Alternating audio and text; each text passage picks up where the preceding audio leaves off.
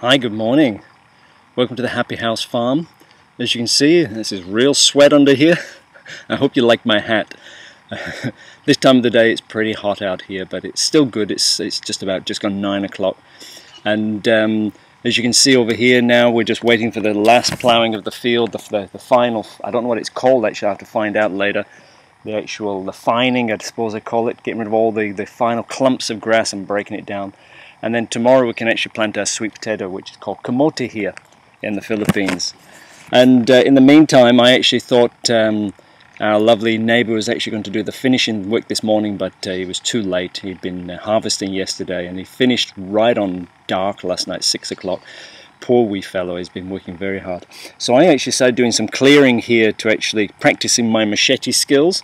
I'll show you my big machete if I can find it. No, I can't find it. Rule number 1, don't lose your machete. Aha! I found my machete. Yeah, so I'm not really a farmer, am I not? But look, one machete, big bloody thing, huh? Yeah, you don't want this going in the wrong place. So with your machete, I've been practicing my machete skills today and clearing grass over here. You can see the area I've cleared. And the reason why I'm clearing this area is basically to actually put this lovely little beast in here. Now this doesn't look too exciting, all this sort of stuff. It just looks like a hole in the ground, but what I'm showing you is the actual basic infrastructure of creating the organic worm farm.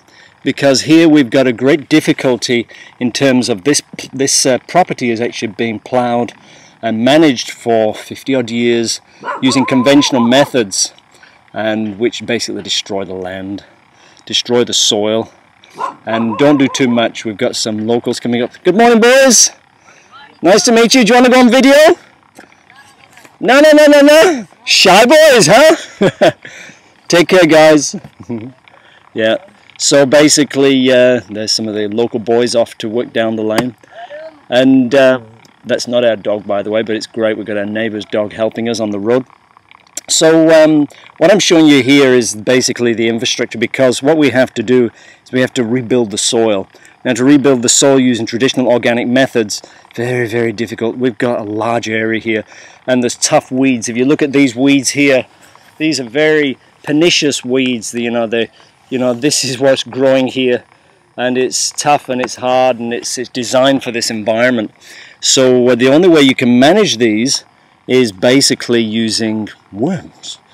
So what we're doing here is an idea I had as I woke up the other morning to actually start building worm beds, but in each field, as I shared. So here, what we need to do is dig down 300 to 400 millimeters, that's 30 to 40 centimeters.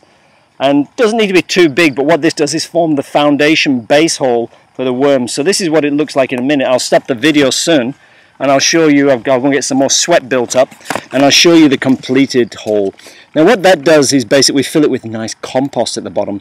We propagate it with worms, and that creates a worm bed of 300 mils deep to 400. So the worms have got a nice place to go throughout the whole summer when it's very hot here and very dry. For 5 months there might be no rain here, so I'm getting prepared now. This is the end of the rainy season, so we're going into the dry season, so there's a lot of things we need to do. So the worm beds are one thing that I want to do, and with the worms having a nice cozy bed, we just need to throw some water on top, and all these great weeds that we've collected over here and on the far field over here, they'll just be thrown on top.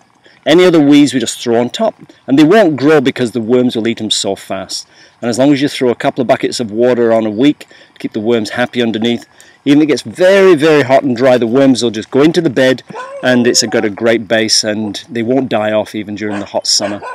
And then you just keep feeding, and then every so often you just dig the top layer out and you throw it straight on the field, so there's no transportation of compost. So these worm beds will basically, we had 2 in a field this size, would actually feed the whole thing. And we've got another neighbour. Good morning champion. And yeah, I'm very friendly here with the neighbours. You've got to build rapport, you've got to build connection. It's, give first is the important thing here. If I ever never spoke to these guys would never speak to me. They just think I'm some weirdo. So the Happy House Farm is about connection, and it's about reaching out and being ourselves. I'm naturally a connecting person, and sometimes I'm a very quiet person, but sometimes you've got to put an extra effort in, like I do, to say good morning. I don't know those guys. I've never met them before. And I tell a lie, I met them first yesterday morning when I was ploughing the field. So you've got to reach out here, you've got to do something different, you've got to connect. And that's what the Happy House Farm is. And we've got more people coming up the road. We don't normally have this many people coming up. People like to come for a little walk past here sometimes. Okay, well this is me, this is David. Take care. We'll catch you again soon. Bye-bye. Good morning.